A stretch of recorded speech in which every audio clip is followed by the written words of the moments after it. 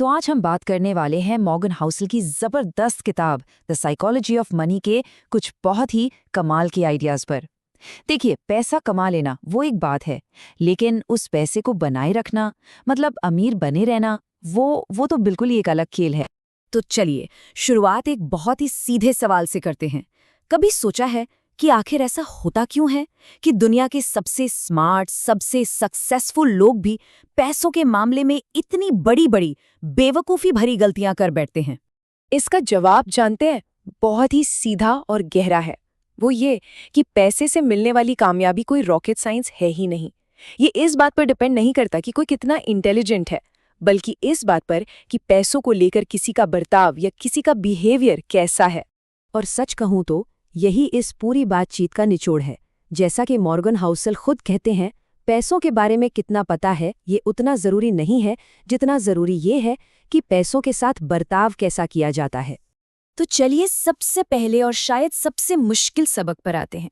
वो है ये जानना कि बस काफी है वाला पॉइंट आखिर है कहाँ। वो गोल पोस्ट कहाँ है जहां पहुंचकर रुक जाना होता है। और इस बात को समझने के लिए रजत गुप्ता की कहानी से बेहतर शायद ही कुछ हो। सोचिए, एक ऐसा इंसान जो अनाथालय से निकलकर दुनिया की सबसे बड़ी बड़ी कंपनियों के बोर्डरूम तक पहुंच गया, लेकिन बस और चाहिए की चाहत में अपना सब कुछ गवा बैठा। अंदाजा लगाइए, साल 2008 तक रजत गुप्ता के पास $100 मिलियन यानी करीब 700 करोड़ रुपए की दौलत थी। मतलब वो चाहते तो आराम से अपनी बाकी की पूरी जिंदगी चैन से गुजार सकते थे। लेकिन फिर वो बने गोल्डमैन सैक्स के डायरेक्टर, और वहां उन्होंने अपने आसपास असली अरबपतियों को देखा, और बस अचानक उनके वो $100 मिलियन उन्हें बहुत कम लगने लगे। उनके अंदर भी एक अरबपति बनने की होड़ सी जाग गई। और इस होड़ का नतीजा क्या हुआ? उन्होंने की इनसाइडर ट्रेडिंग, गैर कानूनी तरीकों से पैसा बनाया और पकड़े गए। और आखिर में हाथ क्या आया? 2 साल की जेल, पूरी की पूरी इज्जत मिट्टी में मिल गई। और हाँ, वो जो $100 मिलियन थे वो भी हाथ से चले गए। अब सवाल ये है कि इस पूरी तबाही का इंजन क्या था? वो था सोशल कंपैरिजन, मतलब दूसरों से अपनी तुलना करना। देखिए, जब आपके पास इनफ यानी काफी है कि कोई डेफिनेशन नहीं होती ना, तो हमेशा कोई ना कोई ऐसा दिखेगा जिसके पास आपसे ज्यादा है। और ये एक ऐसी दौड़ है जिसका कोई अंत नहीं है। ये जो तुलना वाली सीढ़ी है ना, ये सच में कभी खत्म नहीं होती। करोड़ों कमाने वाला एक स्पोर्ट्स स्टार वो अरबों कमाने वाले दूसरे स्टार को देखता है। फिर वो अरबपति स्टार एक हेज फंड मैनेजर को देखता है जो साल में उससे भी कहीं ज्यादा कमा रहा है। और ये सिलसिला बस ऊपर और ऊपर और ऊपर ही जाता रहता है। तो अगर हमेशा और ज्यादा की दौड़ में नहीं भागना है, तो सवाल उठता है कि असली दौलत है क्या? जवाब बहुत सिंपल है, सिर्फ एक शब्द में, आजादी। देखिए, दौलत का सबसे ऊंचा मकाम कोई फैंसी कार या कोई बहुत बड़ा घर नहीं है। नहीं, असली दौलत है अपने वक्त पर अपना पूरा कंट्रोल होना।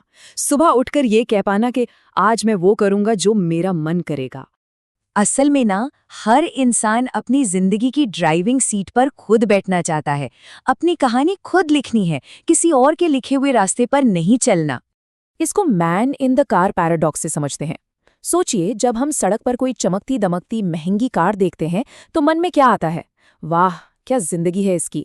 लेकिन हम ये कभी नहीं सोचते कि हो सकता है उस कार का ड्राइवर उसकी ईएमआई के बोझ तले दबा पड़ा हो और उसे अपनी इस शानदार जिंदगी से नफरत हो। और यहीं पर अमीर होने और दौलतमंद होने के बीच का फर्क समझना बहुत बहुत जरूरी हो जाता है। तो फर्क क्या है? देखिए, अमीर होना मतलब है आपकी आज की इनकम। ये वो पैसा है जो दिखता है, महंगी कारें, बड़े बड़े घर। और दौलतमंद होना, ये वो पैसा है जो दिखता नहीं, वो पैसा जो बचा हुआ है, जो इन्वेस्ट किया हुआ है। दौलतमंद इंसान वो है जो शायद 1 करोड़ की कार खरीद तो सकता है, लेकिन खरीदता नहीं। क्यों? क्योंकि उसे अपनी आज़ादी उस कार से कहीं ज्यादा प्यारी है। इसको ऐसे समझिए, दौलतमंद बनने का मतलब ये नहीं है कि गाड़ी के लिए और पेट्रोल कहाँ से लाएं। इसका मतलब है एक ऐसा इंजन बनाना जो कम पेट्रोल में ज्यादा चले। मतलब सिर्फ ज्यादा कमाने पर फोकस करने से कहीं बेहतर है कि जो पास में है उसे बचाने और उसे बढ़ाने पर ध्यान दिया जाए। चलिए अब अगले सबक पर आते हैं, वो ये कि पैसों के मामले में हमें लॉजिकल नहीं बल्कि प्रैक्टिकल होना चाहिए।